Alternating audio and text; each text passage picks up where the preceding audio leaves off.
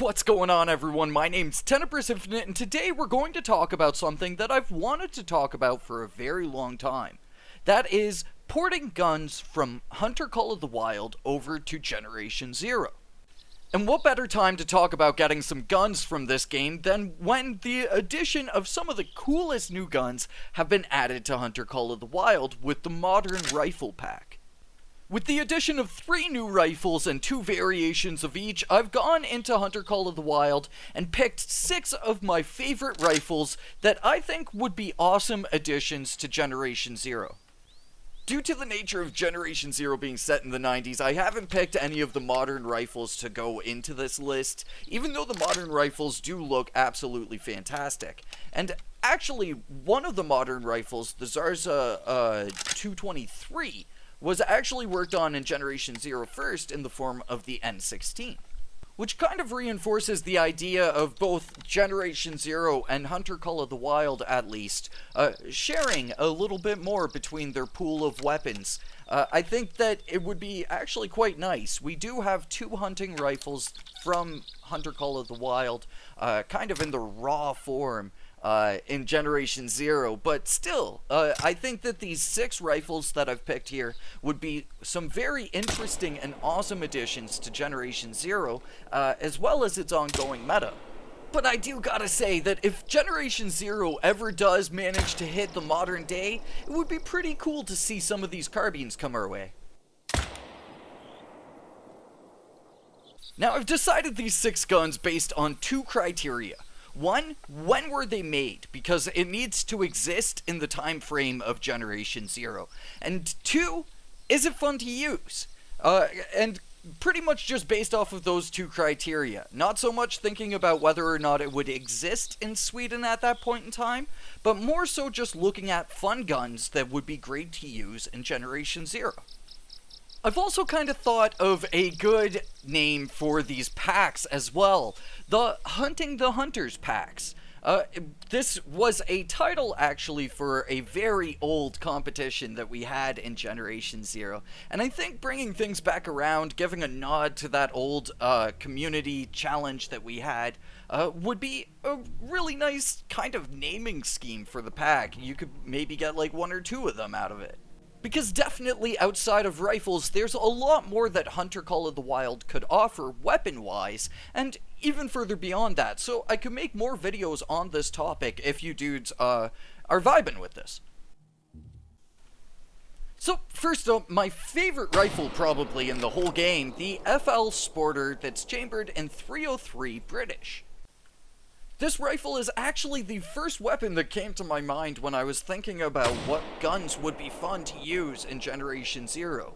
The Sporter would offer a upper end above the Algstudsar that would wind up kind of bridging a bit of a middle ground between the hunting rifle and the 50 cal sniper rifle. And if you were to put a suppressor on this hunting rifle, I think it would be one of the gnarliest stealth long-range weapons in the game. With a 5-round magazine, it almost feels like straight-up overkill a lot of times here in Hunter Call of the Wild, which means that I think it would serve really, really well in Generation Zero. Now, of course, I fully understand that it's not as simple as a plug-in-and-play kind of thing from Hunter Call of the Wild to Generation Zero. The thing is weapons behave very, very differently between these 2 games. But I do think that if the effort was made, this would be something that would already have a lot of headway, having the models, the reloading animations and stuff like that. And then the more fine-tuned things like accuracy and damage could maybe be something that would be easier to work out than building a whole gun completely from scratch.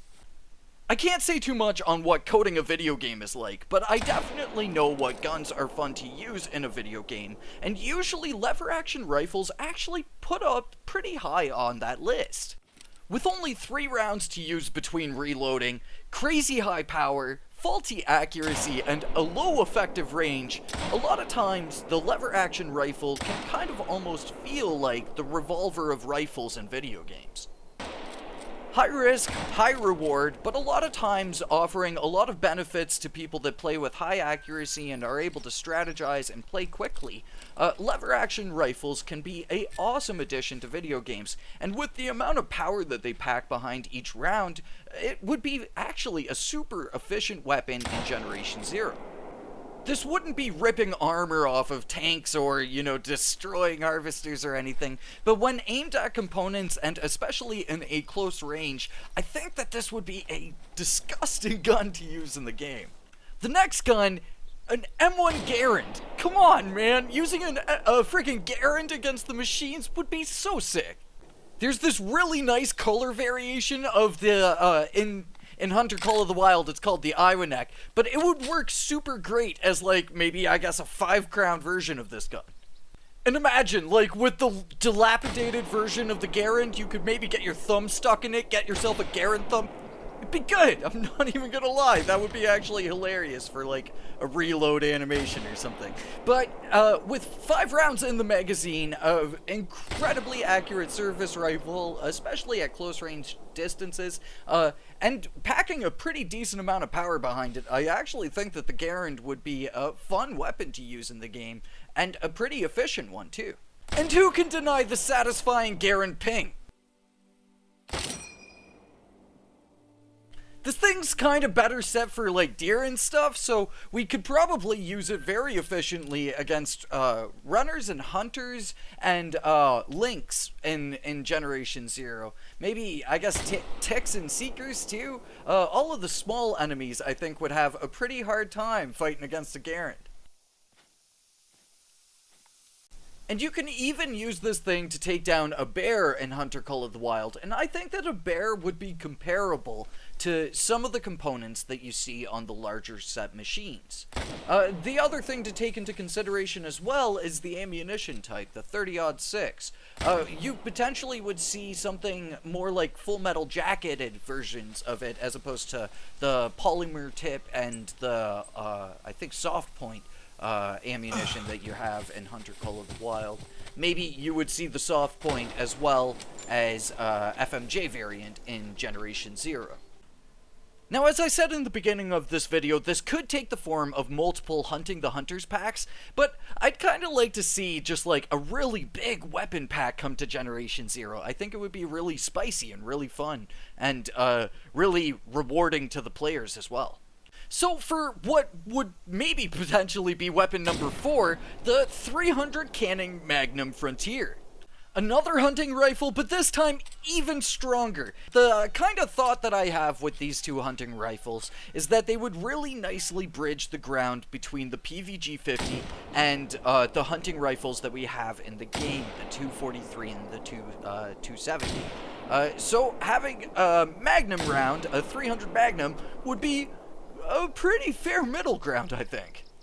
If anything, reaching into the upper end and being the hunting rifle equivalent of the 50 cal in the game.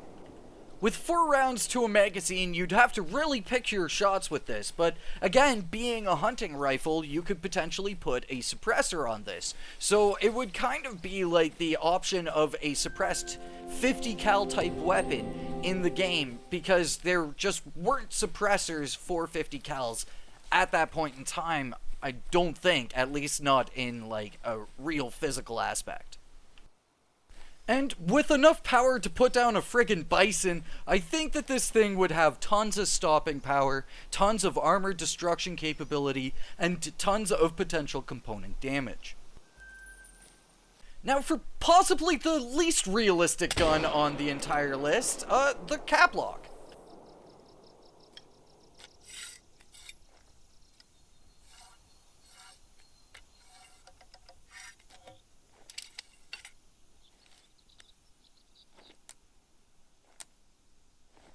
Yeah, man.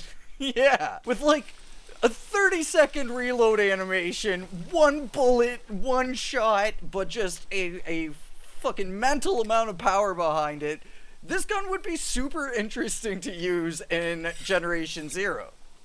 You've got 2 options for your ammunition types. One that's more like a typical bullet, and the other one that's it's from the 1800s. It's like a little mini cannonball. And yeah, I think it would be really crazy. This would like punch right through armor, and probably do obscene damage to components and stuff like that. Probably have a really, really high stagger rate too, but just have only the one shot. The round ball is completely unpredictable, has like crazy bullet drop and sometimes wild trajectories and stuff. But the mini bullet, the more bullet-shaped round, is actually very, very accurate, even at like extremely long distances. So you could technically use this as a long-range sniper rifle.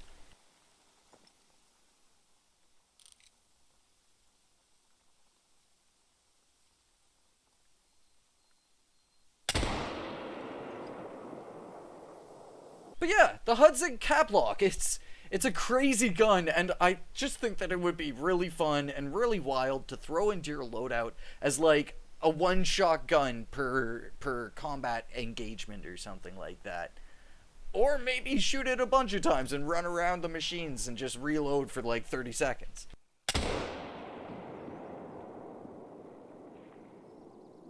I really do think that the Hudson Cap Lock would be an interesting weapon in Generation Zero.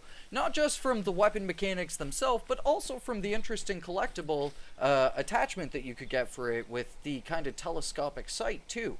And learning how to utilize that bullet drop to your best advantage against the machines would be a really interesting tactic. And for our last rifle of the day, the Solokin M1890. The Soviet weapon from a weapons pack before the Soviet weapons pack in Generation Zero.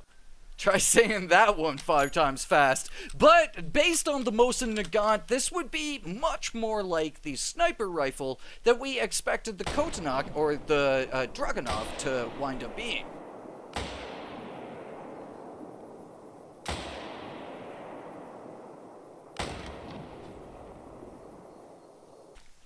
With 5 rounds to the magazine, you still have to really pick your shots with this weapon, but it would behave much more like the sniper rifle that we kind of want out of our Soviet weapons here. It's really lacking that like really punchy sniper rifle that was kind of a mainstay of Soviet Russia especially.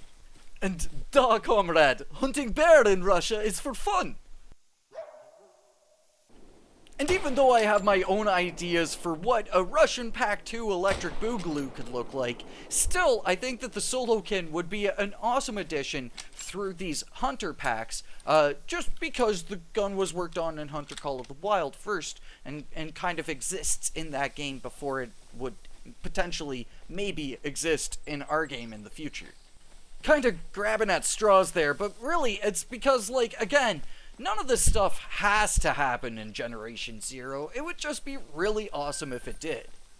And the Solokin as a real rough and rugged sniper rifle would serve a huge amount of purpose in Generation Zero, especially with the amount of like guerrilla warfare that we have to engage in.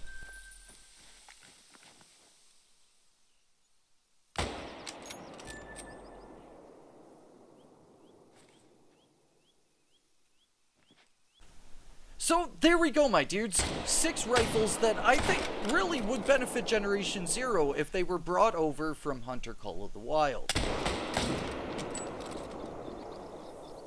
So there we go, my dudes. You know, any guns that get added to Generation Zero I think are going to be a good time and fun to figure out how to use in the meta of Generation Zero's universe.